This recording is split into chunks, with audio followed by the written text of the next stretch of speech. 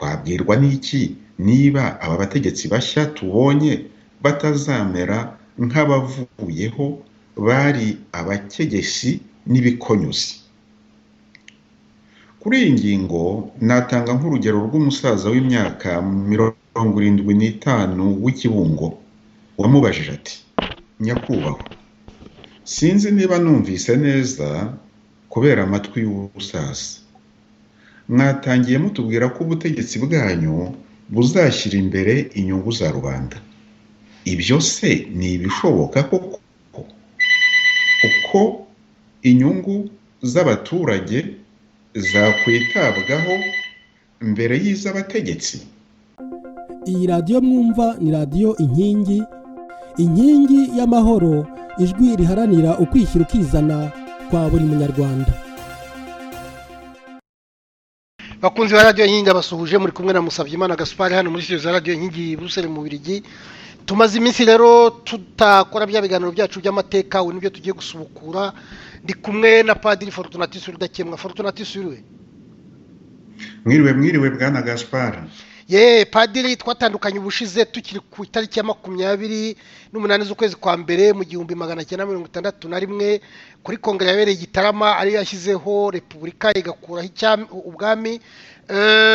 Ngira ngo wari waravuze byinshi byayo, ariko ni ibyo gikomeza. Ngira ngo noneho tugiye kureba uko byakiriwe mu Rwanda. Murakoze cyane bwana Gaspard, namwe abaduteza amatwi. Ubushize twarangirije ku kiganiro cya 35. Twabonye ko kuri 28 z'ukwa mbere 61 Igitarama repubulika yasimbuye ubwami, perezida wa repubulika yasimbuye umwami, ibendera ryasimbuye Karinga, itegeko nshinga ryasimbuye ubwiru, intumwa za rubanda zasimbuye abiru, urukiko rw'ikirenga rwasimbuye urukiko rw'umwami, ba prefe basimbuye ba administrateri, ba burugumestre bunganiwe n'abajyanama ba komine bari bararangije gusimbura kera abatware n'abasushefu. Twabonye ukuntu ibyo byakiriwe mu mahanga, i Burundi, mu Bubiligi no mu muryango w'abibumbye.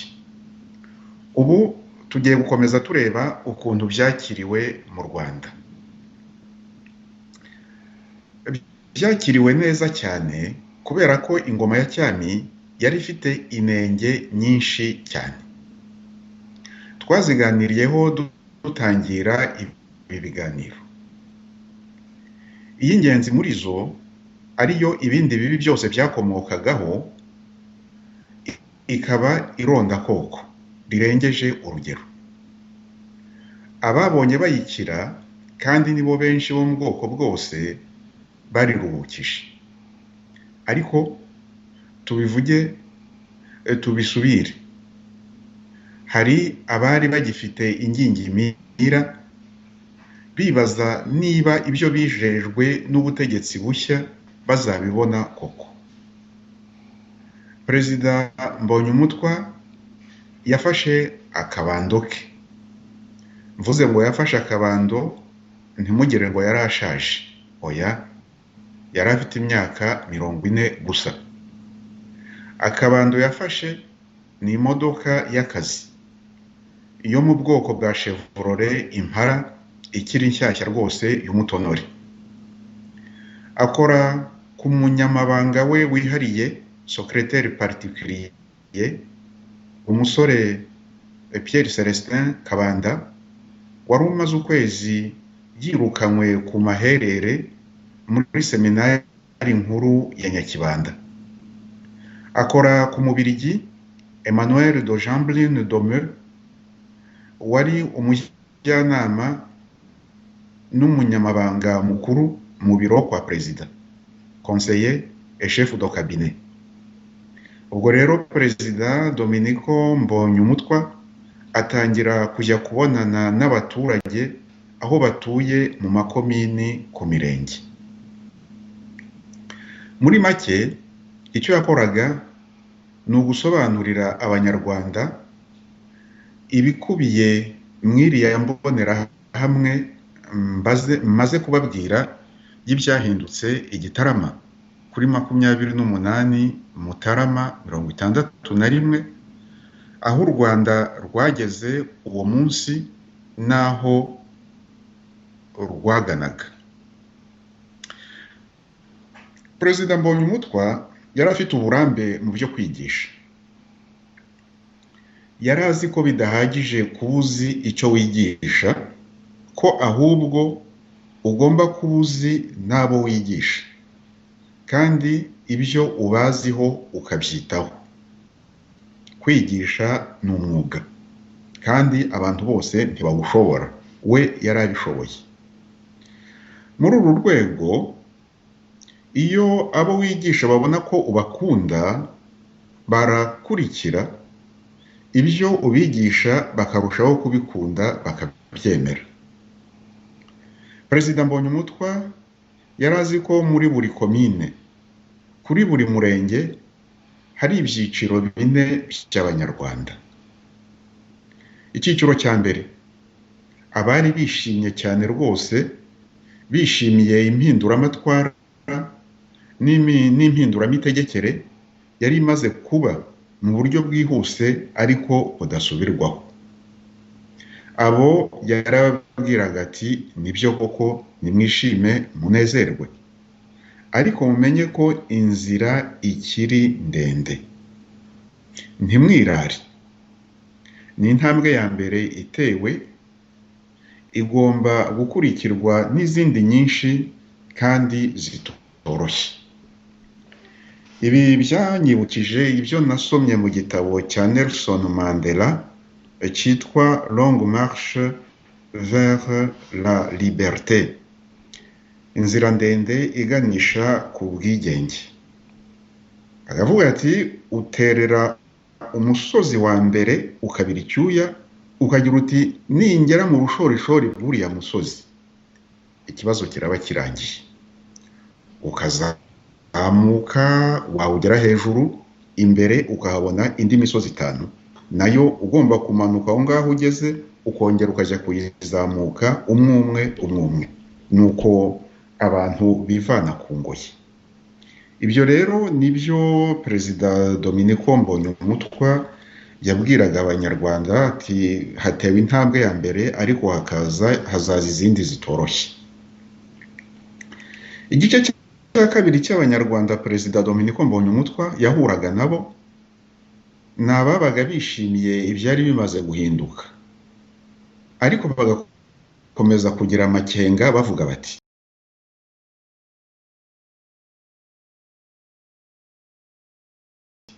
twabwirwa n'iki niba aba bategetsi bashya tubonye batazamera nk'abavuyeho bari abakegesi n'ibikonyuzi. Kuri iyi ngingo natanga nk'urugero rw'umusaza w'imyaka 75 w'Ikibungo wamubajije ati, nyakubahwa, sinzi niba numvise neza kubera amatwi y'ubusaza, mwatangiye mutubwira ko ubutegetsi bwanyu buzashyira imbere inyungu za rubanda. Ibyo se ni ibishoboka koko? Uko inyungu z'abaturage zakwitabwaho mbere y'iz'abategetsi? Perezida Mbonyumutwa yaramushubije ati, icyo nicyo cyitwa ubutegetsi bushingiye kuri rubanda, mu gifaransa bakacyita demokarasi.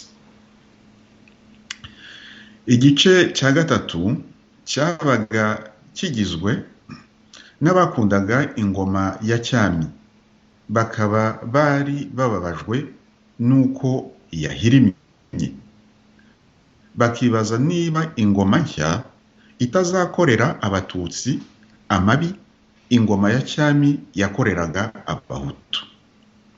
Abo ngabo Perezida Mbonyumutwa yarabahumurizaga, akababwira ko ingoma nshya itazanywe no guhora, akabashingira igiti, akabakingira ikibaba, akibutsa abamwumva bose ko nta muntu n'umwe ufite uburenganzira bwo gusagarira inzirakarengane.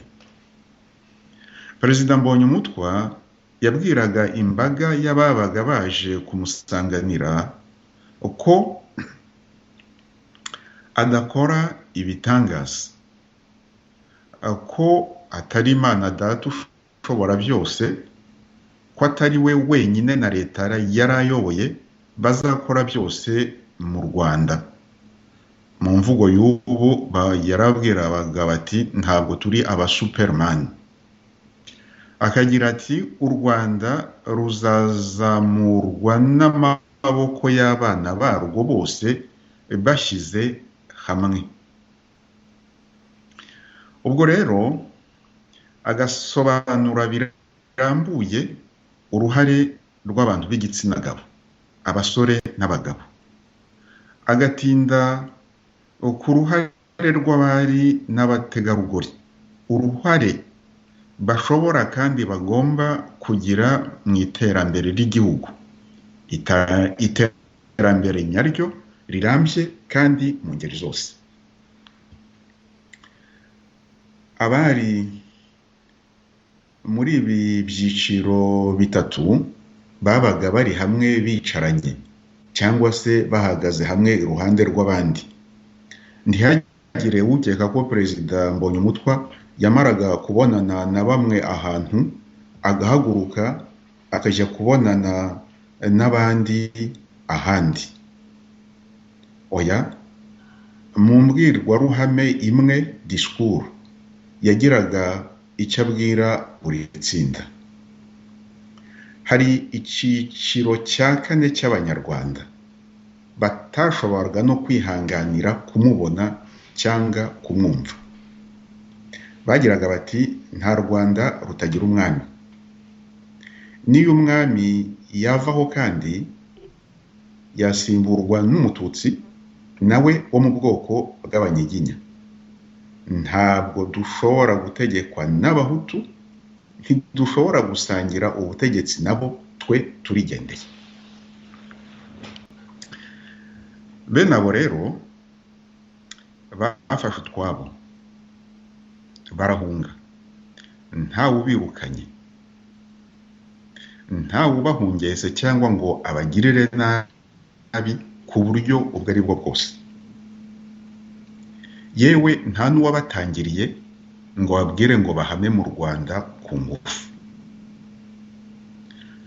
Baherekezwaga neza.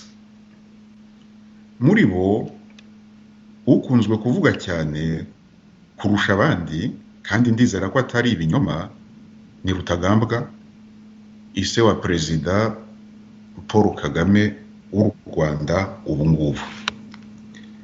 Bwana Gaspari n'abaduteze amatwi muri aka kanya, nta kwezi kurashira ku mbuga nkoranyambaga no kuri internet hacicikanye ikiganiro cy'umuntu ntarashobora kumenya izina rye, ariko yaganiraga n'uwitwa Uwimana.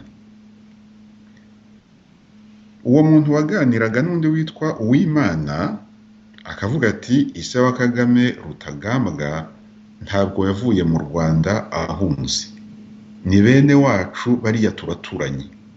Nge ndabikubwira neza, Rutagambwa yari kontabule wa Transiporo, niba utanabizi.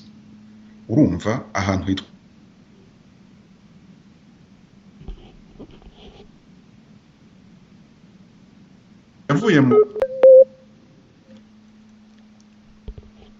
yavuye mu Rwanda. birimo biracika. Tangira aho ngaho uvuga uti Kagame yari kontabule bambe Rutagambwa.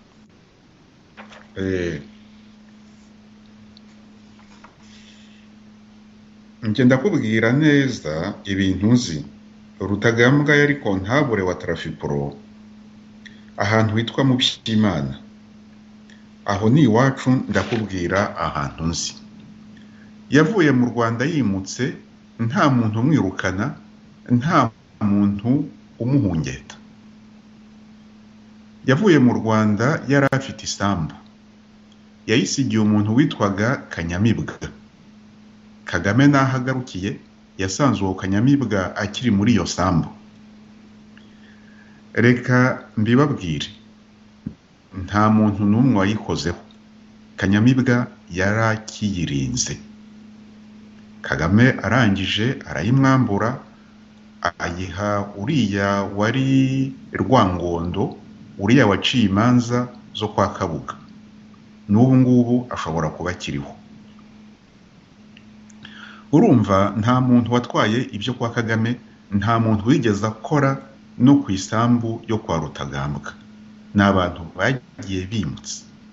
Rutagambwa yumvise ko umwami yagiye i Bugande, yaramanutse anyura i Burundi. Nawe arazenguruka ajya i Bugande, ajya kuba i Bugande. Nta muntu n'umwe wo mu by'Imana cyangwa se umuntu wari utuye hariya mu by'Imana wavuga ko Rutagambwa yagiye ahunze, cyangwa kuko hari umuntu wamuhungese. Nta hantu biri. Rutagambwa yari afite icyuma gisya gikoresha mazutu.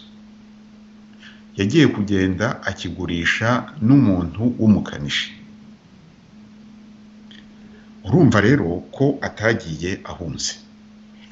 Abantu bose bumvise iki kiganiro bazatubwire uwagitanze. Twaracyumvise twese, ariko nje nagerageje kubaza uwagitanze, kugeza ubu sindamenya izina rye, ariko ndakeka ko ibyo avuga atari ibinyoma. Amaze gutanga urugero rwa se wa Kagame, yafashe urugero rwa se wa Kayumba Nyamwasa. Nkeka ko avukana na Kayumba Rugema.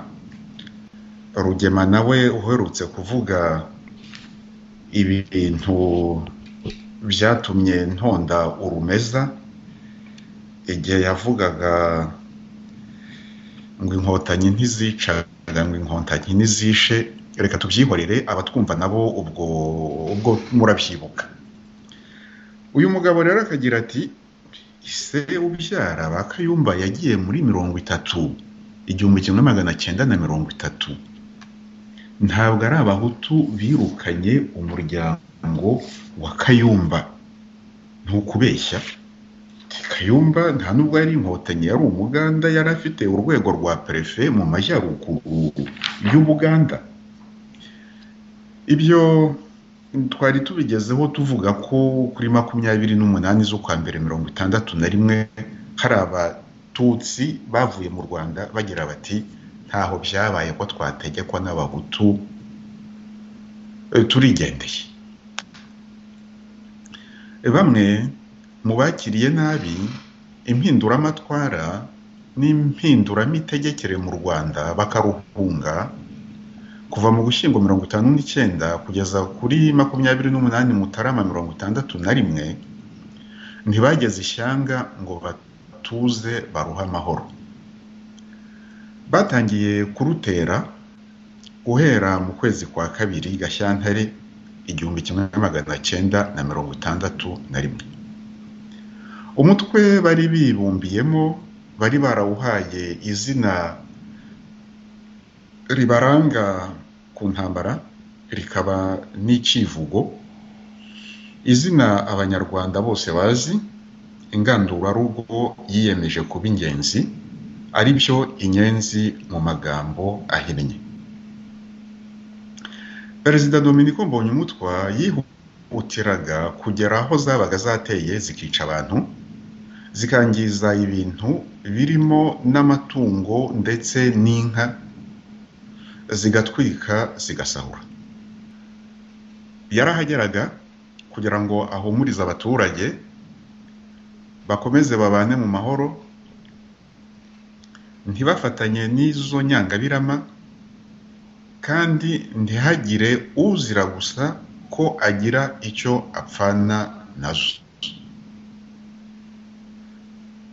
Za ngabo z'u Rwanda zari zaratangiye gutozwa ku itariki ya 13 Nzeri 1960, zahereye ko zihabonera akazi katoroshye. Nibyo umwe mu bahanzi bo mu rwego rwo hejuru u Rwanda rwagize, Bwana Matayo Ngirumpatse, yavuze muri imwe mu ndirimbo ze yitwa Rutikanga impuruza, ahagira ati tuzivuge ibigwi n'amateka, mu wa 60 zirashinzwe, bari ku mashyi bari indushyi, ariko ingoma ibibaye rw'imirishyo, ngiyo nshiri no mu birunga, mu Bugesera, mu Bugarama no mu Mutara mwabaye ingabo.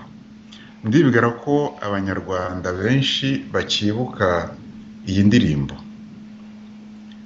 Burya rero umuhanzi wese agira igihangano kimuranga kirusha ibindi bihangano bye byose ubwiza.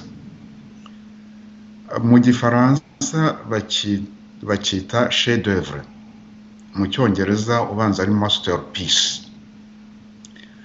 Njye numva rero abantu bazi umuziki bibaza niba mu ndirimbo za Matayo iyi ndirimbo Rutikanga impuruza ariyo irusha izindi ubwiza, cyangwa se niba ari Mushumba ushagawe. Ubwo bazaba batubwira nibiba ngombwa. Ubu tugiye gukomeza tureba uko gushyira mu bikorwa icyemezo nimero 1605 cy'umuryango w'abibumbye byagenze mu Rwanda, birashya bishyira kamarampaka. Mu kiganiro cya 34 twarebeye hamwe uko ibyabereye i Gitarama byakiriwe mu muryango w'abibumbye, kugera ubwo ku itariki ya 21 Mata 1961 uwo muryango ufashe icyemezo gikakaye cyane 1605 cyasubizagaho kandi kigaha ingufu ibyemezo bibiri byari byarakibanjirije, ari byo 1579 n'1580. Twabonye kandi ko kuri 31 Gicurasi 1961 intumwa z'uwo muryango zageze i Bujumbura, zageze i Buruseli, ntabwo ari i Bujumbura, zigiye kwigira hamwe na leta y'Ububiligi uko icyo cyemezo kizashyirwa mu bikorwa muri Rwanda Burundi.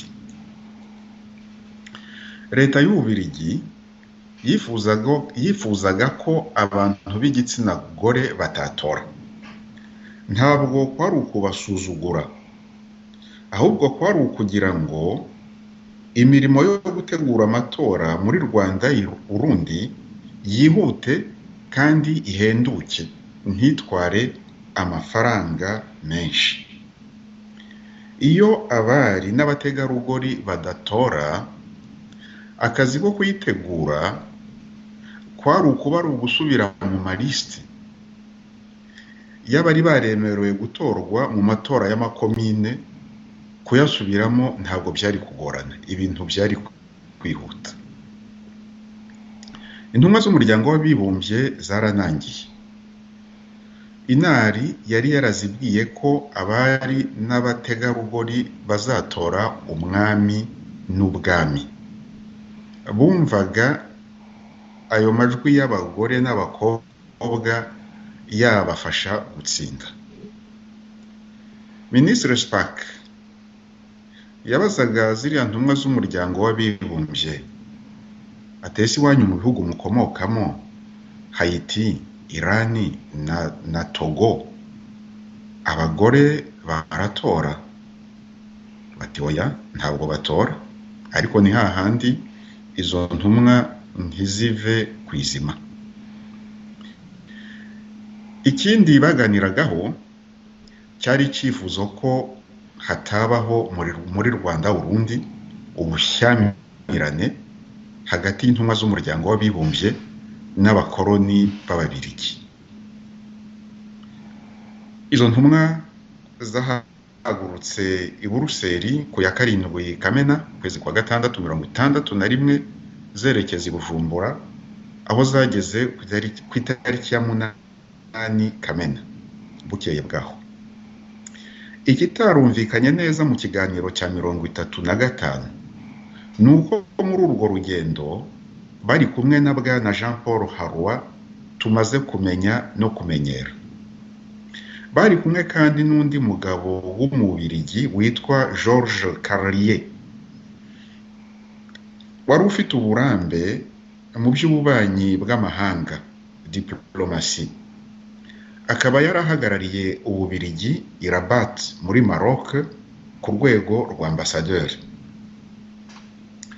Ubu noneho yari yoherejwe muri Rwanda Burundi gukorana na Jean Paul Harwa, ari intumwa ihagarariye ku buryo bw'umwihariko bwana Paul Henri Spaak, wari minisitiri w'ububanyi n'amahanga w'ububirigi, hanyuma akagira n'ibibazo bya Afurika n'ibya Rwanda Burundi birimo mu nshingano ze.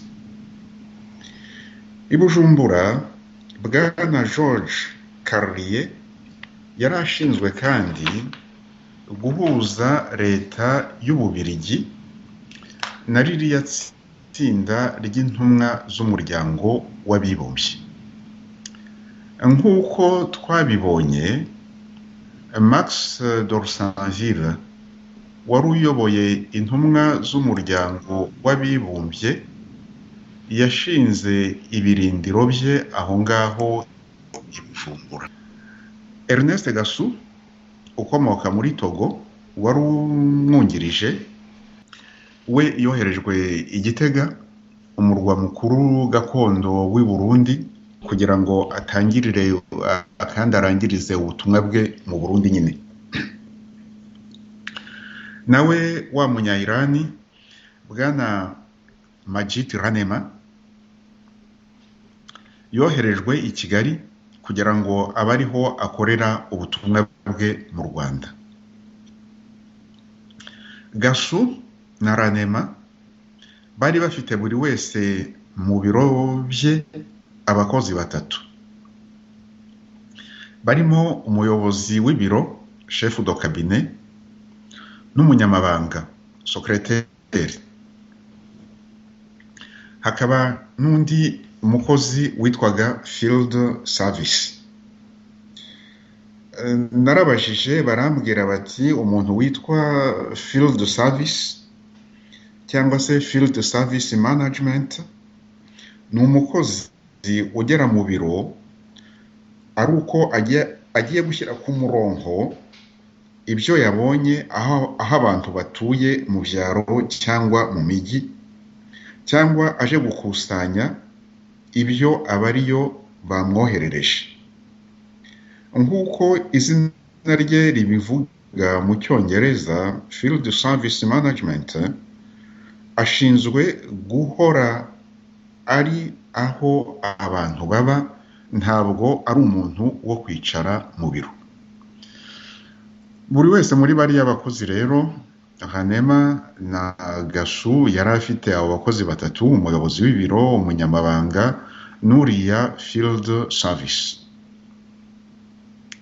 Hanyuma ku cyicaro cya buri teritwari ya Rwanda Burundi hakaba indorerezi imwe muri izo ntumwa z'umuryango w'abibumbye. Abo bantu bose bamaze kugera aho bagombaga gukorera, bashoboraga gutangira imirimo yabo. Ni ukuvuga gutegura amatora y'intumwa za rubanda, abadepite bagize inteko ishinga amategeko n'itora rya kamarampaka. Ku birebana n'iyi kamarampaka, uwaje gutora yabazwaga ikibazo cya mbere kigira giti: urashaka ubwami cyangwa repubulika? gusubiza ngo yego niba ashaka ubwami byasobanuraga ko uwo muntu atoye nyine ko ubwami bugaruka. Kwanga ubwami hari ukuvuga ko ubwami buvaho u Rwanda rukaba repubulika. Uwaba yavuze ngo yego ndifuza ko ubwami bugumaho yagombaga gusubiza ikibazo cya kabiri cyageraga kiti urifuza ko ndahindurwa ari we wakomeza kuba umwami cyangwa ko hajya undi. Kuri 22 Kamena 1961 Bwana George Carlier twavugaga mu kanya yagiye i Dar es Salaam kubonana na Kigeli Ndahindurwa i Dar es Salaam muri Tanganyika. Bwana Max d'Orsangila na Majid Ranema bamaze kwibonera n'amaso yabo uko ibintu byari bimeze mu Rwanda, barahindutse. Muri Rwanda Burundi uko ibintu byari bimeze, ibitekerezo bari baratekewemo i New York mu muryango w'abibumbye byatangiye kubavamo buhoro buhoro. Bareka kwijundika Ububirigi, bareka kwijundika inzego z'ubuyobozi bw'u Rwanda zari zarashyiriweho i Gitarama. Za ndorerezi zari muri buri teritwari cyane cyane mu Rwanda niko byazigendekeye. Ni bake cyane batahindutse, barimo Ernest Gassou wari i Gitega mu Burundi. We yakomeje kuba umuntu wa Iprona, wa Inari, wa Ndahindurwa, ntabwo yahindutse. Kugeza ubu itariki y'amatora yagombaga kuberaho yari itaremezwa. Itariki ya 25 Nzeri ukwezi kwa 9 1961 yagezweho mu bwumvikane bwafashe igihe kirekire hagati ya leta y'Ububirigi na rya tsinda ry'intumwa z'umuryango w'abibumbye. Jean Paul Harwa na Max d'Orsangila batangarije hamwe iyo tariki kuri radiyo Bujumbura. Bayitangaje ku itariki ya 4 ukwezi kwa 8 1961. Iyo ni itariki amatora yagombaga kuberaho mu Rwanda. Mu Burundi ho bafashe andi matariki anyuranye nayo mu Rwanda.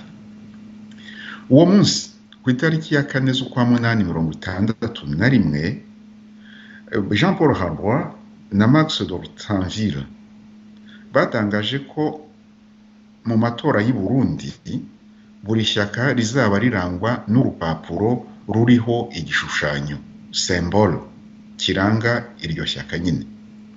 Naho mu Rwanda hagakoreshwa impapuro z'amabara anyuranye, buri shyaka rifite ibara riranga. Mu matora y'abadepite Parmehutu yatomboye ibara ry'umutuku, Inari itombora umweru, Aprosoma icyatsi kibisi, naho Raderi itombora ubururu. Mu itora rya kamarampaka ubwami bwongeye gutombora umweru. Repubulika ahangaho ntabwo navuga ngo ni Parmehutu siyo gusa yifuzaga repubulika, na hariya ntabwo nagombye kuvuga ngo Inari yatomboye umweru, oya, ubwami bwatomboye umweru, repubulika itombora umukara. I Buruseli haturutse amatoni n'amatoni y'izo mpapuro, kuko abari bariyandikishije ngo bazatore bari 1,320,000.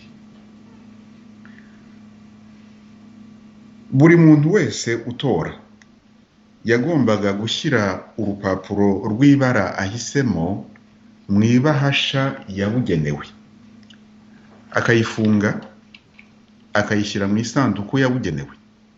naho ibara yanze akarijugunya mu kobo kabaga kacukuwe muri buri bwihugiko, gatwikiriwe n'urubaho rutoboye ku buryo kasaga rwose n'umusarani uyu usanzwe wo mu giturage bita mu gifaransa trou du missionnaire cyangwa se fosse arabe.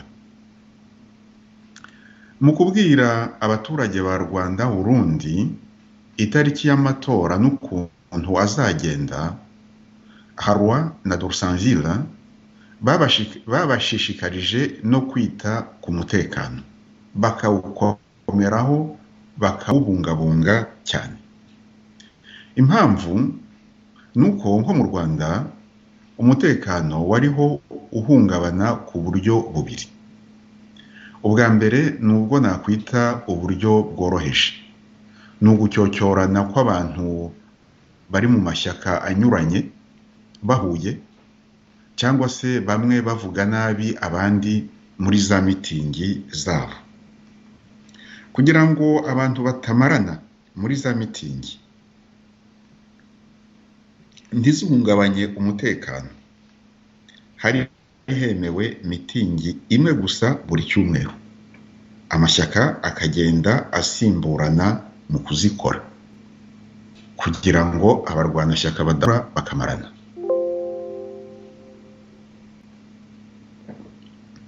Hari n'ubundi buryo bwa kabiri, umutekano wahungabanywaga n'abantu bakapfira. Ni ubwicanyi bwateguwe neza n'abayoboke b'ishyaka rya Inari, cyane cyane abari bavuye mu munyururu bari baragiyemo kubera ubwicanyi n'ubundi bari barakoze muri 59 no mu mwaka wa 60 utangira. Kugeza ubu Bwana Gaspari namwe mwese muteze amatwi radiyo Inkingi, benshi mu banyarwanda, abanyamahanga bo sinavuga, ntibazi ko ubwo bwicanyi bwo mu kwezi kwa 8 n'ukwa 9 Kanama Nzeri 1961 bwahitanye abanyarwanda benshi kandi ahanini bwo mu bwoko bw'abahutu, buruta mu mubare abapfuye muri 59. Iki kintu nanjye cyarantangaje, ariko niko byagenze. Kandi bishwe na bagenzi babo abanyarwanda bo mu bwoko bw'abatutsi. Nakumiro. Urakoze padiri, icyo kibazo hari umusore wakimbajije ambwira ati mbese mu bwoko muri ziriya ntambara bapfuye benshi nabahe. Nari naravuze ngo nzakikubaza, ahubwo ibyo ni mahire. Muri 61 barushijeho gupfa kurusha muri 59. Reka nsobanure kuriya guhangana navuze ngo koroheje ko abantu badahuje amashyaka n'imyumvire. Ku munota wa nyuma amatora yegereje, havutse ikibazo kizanywe na Inari n'intumwa z'umuryango w'abibumbye. Bagiraga bati, Inari ifite ibara ry'umweru mu matora y'abadepite, no muri kamarampaka gutora umwami n'ubwami ni ibara ry'umweru. Bati ibyo bishobora gutera urujijo kuri bamwe, bagakeka ko abayoboke ba Inari ari bo bonyine bahita. Kuri kamarampaka Inari irifuza irindi bara. Ababishinzwe ba Logiste, ba Harwa, ba George Carrier n'abandi bose bahamagaye i Buruseli babagezaho icyo kibazo. I Buruseli bati amabara yose twari dufite twayaboherereje. Byongeye kandi ikibazo mukitubwiye mutinzi. Inari n'intumwa z'umuryango w'abibumbye nk'uko bisanzwe banze kuva ku isibo. Impapuro i Buruseli bati impapuro dusigaranye ni izikorwamo ibikarito cyangwa se bakazihambiramo ibintu. Ibara ryazo mu gifaransa ni brun, mu kinyarwanda rikaba umutamu. Ariko nabonye amatangazo yasobanuriraga abanyarwanda uko bagomba gutora, iryo bara baryise kaki. Kaki ifite aho ihuriye n'umutamu, kaki ifite akantu k'umuhondo. Izo rero nizo mpapuro ku bwa Burembe i Buruseli bohereje kugira ngo abashyigikiye ubwami abe ari ryo bazakoresha. Akaga nuko iryo bara risa n'iry'amazirantoki. Amazirantoki akunze kuba afite iryo bara. Ibyo rero byorohereje akazi abarwanyaga ubwami. Babwiraga abayoboke babo bati mwabonye ibara bari abantu bahisemo niryo ribakwiye koko, nta kindi bashobora gukora. Amazirantoki muzi aho bayashyira? Urwo rupapuro rusa n'amazirantoki aba ariho muzarujugunya, hanyuma mwibahasha mushyiremo iryo bara ry'umukara, ibara risa na myinshi mu myambaro yanyu, cyane cyane imikenyero, amajipo, ingutiya z'abari n'abategarugori. Bwari uburyo bworoshye cyane bwo kwamamaza repubulika, ariko bigatuma abakunda ubwami barakara bagasara, maze impande zombi zigashyamirana. Mu kanya ko guhumbya ijisho, abayoboke ba buri shyaka batangiye kugura no kwambara imyenda yerekana ishyaka buri wese arimo. Ibara ry'umutuku ryaragaragaraga kurusha ayandi, kandi niryo ryari irya Parmehutu mu matora y'abadepite. Iry'umukara ryo bari basanzwe baryambara n'ubundi, nta Parmehutu yari yatomboye amabara meza, umutuku n'umukara. Ubwo rero buri wese akurikije ibara ry'imyenda yambaye cyangwa atambaye yamenyaga aho agomba kunyura n'aho atagomba kunyura. Uwibeshyaga akanyura aho atagombaga kunyura kenshi yahaboneraga ishyano. Uburyo bwa kabiri bukomeye cyane umutekano wahungabanywagamo ni ubwicanyi bwateguwe neza, bwakozwe na Yunari n'abashyigikiye umwami. Ubu bwicanyi nabwo bukabamo ibyiciro bibiri, byabaye mu bihe bitandukanye ariko byuzuzanya.